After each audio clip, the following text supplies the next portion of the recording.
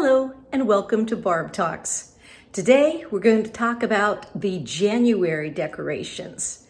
In January, since this is predominantly our coldest month of the year, I kind of go for that warm hygge feeling of the Norwegian countries. So part of this has to do with my own heritage that is Northern European, such as Finland and Denmark and Lapland, which is northern Finland. Little eyes that close. Do they close? I guess they can't tell if they close or not. They do close, but you can't tell that they're closing. How's that? Maybe these will look like they're closing more. No, these ones don't close. Maybe it was just a sleight of imagination that they closed, which is actually the magical time of year. She's like, no, I don't want to face you.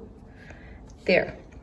And then the Danish ones actually were from my family as well. And they came in this box. And there's actually a note in this box that says dolls from Denmark, boy and girl. And so it's kind of interesting to see family handwriting from long ago when penmanship was good. This particular doll was on my mom's counter. And so I don't really have the history of it, but I just find it very interesting that I have these adorable little dolls and trinkets that represent my family heritage. I also like the idea of candles during this time of year, which I have around the house, as well as the warmth of a pretend fire made out of cloth and nice warm blankets. So if you're sitting in the chair reading in these colder months, you can wrap up in something warm. Again, another warm blanket on the back of the couch, some fluffy pillows. And I put up white lights here, trying to decide if I like the white lights better or if I like the colored lights better. I haven't really decided yet. Oh, this is fun.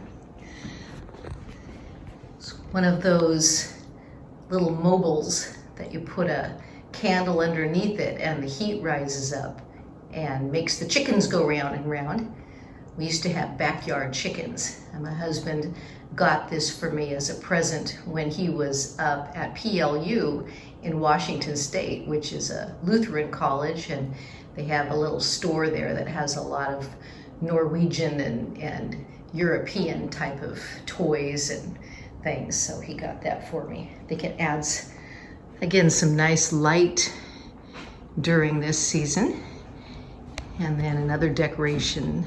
I kept up the birds from Christmas. I'll probably keep those up through Valentine's because of the red and green and white theme. I find that comforting this time of year. But we still have some bells for ringing in the new year, as well as candles. And the warmth of another candle. This was my son-in-law made these soy candles for us. He made me a morning beautiful in a cup, and he made my husband a morning handsome in a cup candle. And so he made those for us last Christmas. We're still enjoying the custom-made scents that he gave to both of us in the candles. And then when we're finished with that, we'll be able to use them as drinking mugs. This is bay leaf from our garden that I harvested at the new year. And again, another candle there. This candle, I'm assuming this is supposed to be a napkin holder because it has these interesting slits in this doll. I can't remember where I got this from, but I'm pretty sure it's supposed to be a candle holder because it has a place for a candle there in her hat. But it doesn't really seem to be all that safe to have burning wax and paper towels, or paper napkins. Needless to say, I don't light it when it's got the napkins in there. But I just thought that pretty much represented a Happy New Year right there, bright and shining and bringing the light into the area. Let's go into the kitchen. Above our stove, we've got some little tchotchkes. But this is one that I found actually at the side of the road. And it represents the time in my life right now of semi-retirement, travel. Represents a little travel trailer teapot, which I thought was adorable. Even though I haven't done a heck of a lot of travel, it still represents this time of my life. Then there's a cow.